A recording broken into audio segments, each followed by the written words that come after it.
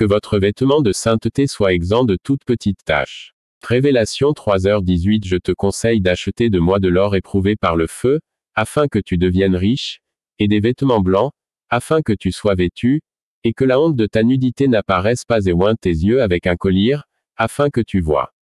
J'ai toujours cru que j'étais un bon chrétien.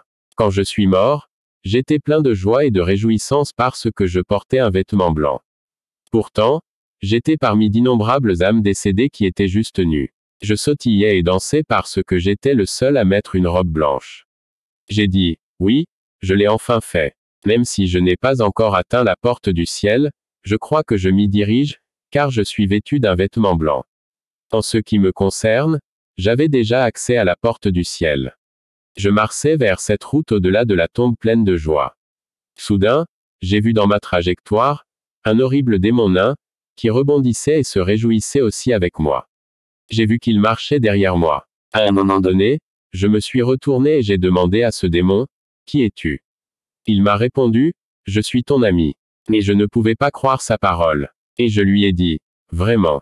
Allons-nous dans la même direction ?» Et ce démon m'a dit, « Bien sûr, nous allons au même endroit. » Henri, vous souvenez-vous que nous étions de bons amis sur la terre. C'est logique qu'on voyage ensemble. Ne t'inquiète pas, je suis là pour te ramener à la maison. J'ai dit à ce démon nain, « Comment pouvons-nous aller au même endroit ? Et tu prétends être mon ami, mais qui es-tu » Ce démon nain a répondu, « Je vous l'ai dit, nous sommes amis et nous allons au même endroit. » À ce moment-là, dis-je dans ma tête, je suis tout à fait sûr que cette créature ne va pas au même endroit que moi. J'ai dit à cette créature, « Tu es laide. Et en plus, vous ne mettez pas un vêtement blanc comme moi. Je suis très sûr que vous devez aller en enfer, car l'enfer est préparé pour des choses comme vous. Vous êtes impur et le ciel ne peut pas accueillir des esprits impurs comme vous. » Puis j'ai continué à avancer sur cette route au-delà de la tombe. Mais j'ai vu que ce démon nain continuait à marcher sur la même route que moi.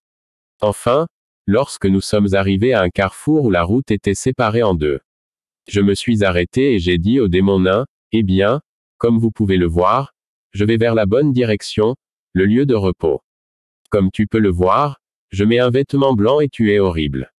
Vous ne pouvez donc pas me suivre dans la bonne direction menant au lieu de repos. Vous devez donc rejoindre le large chemin qui mène au feu. » Ce démon me dit, « Tu as raison de me dire que je ne suis pas digne d'aller vers le chemin étroit qui mène au lieu de repos. Mais tu as tort de dire que tu ne viendras pas avec moi sur la large route menant à l'enfer.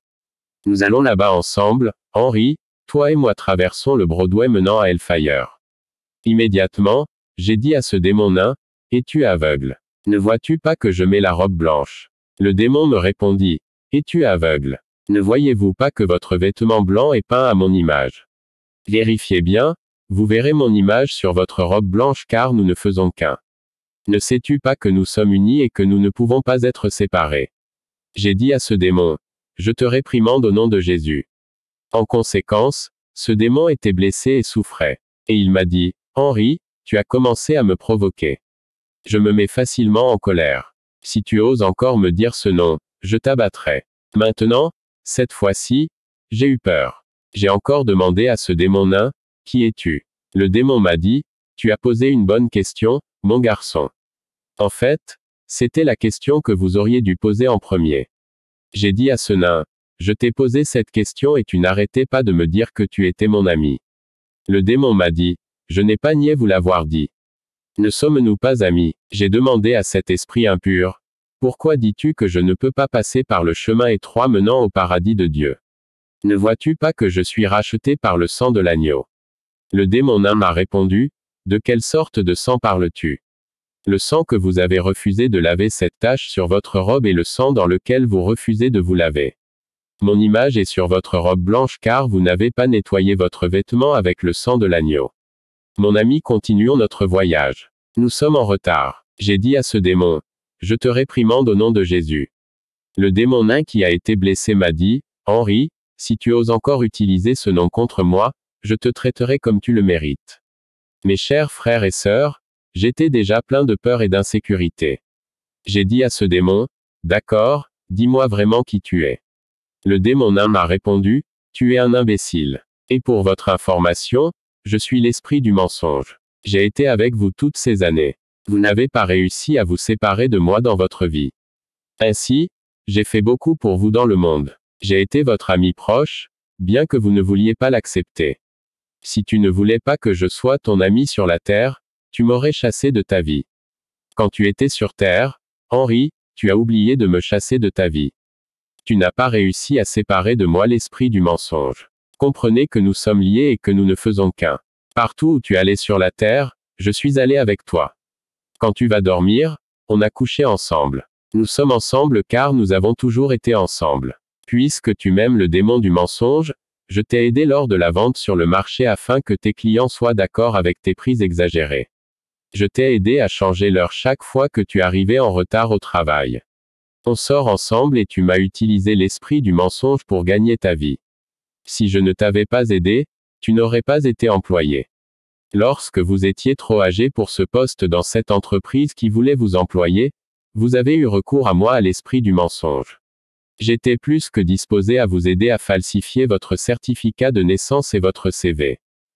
Lorsque vous avez voulu vendre votre propriété, vous l'avez vendue plus cher avec mon aide car vous avez dû mentir. J'ai acquis un bon terrain pour vous par l'intermédiaire de votre entreprise et votre première voiture a été obtenue par mon intermédiaire. Je sais que tu portes la Bible, Henri. Chaque fois que vous avez voulu vendre vos marchandises en tant que commerçant, vous avez eu recours à moi à l'esprit du mensonge pour convaincre vos clients. Ensuite, je t'ai aidé pour tout. Henri, pendant ton séjour sur la terre, tu n'as pas réussi à te séparer de moi et à me chasser. Maintenant que tu es mort, tu me chasses. Pourquoi veux-tu me chasser alors qu'il est trop tard? N'avez-vous pas entendu dire qu'après la mort, c'est le jugement? Quoi que tu veuilles faire, tu aurais dû le faire sur le terrain avant qu'il ne soit trop tard. À ce moment, mon cher frère, j'ai commencé à trembler et j'ai voulu détruire ce démon au nom de Jésus-Christ. Mais avec colère, le démon nain aussi petit qu'il était, il m'a ramassé et m'a fait tomber par terre, et mon vêtement blanc a été déchiré en morceaux. Quand je me suis levé, j'essayais de couvrir ma nudité car j'étais devenu comme les autres âmes malades qui étaient nues. La Bible dit dans Apocalypse 16h15 Voici, je viens comme un voleur. Béni soit celui qui veille et garde ses vêtements, de peur qu'il ne marche nu et qu'il ne voie sa honte. Et dans Matthieu 7h21 tous ceux qui m'ont dit, Seigneur, Seigneur, n'entreront pas dans le royaume des cieux, mais celui qui fait la volonté de mon Père qui est dans les cieux.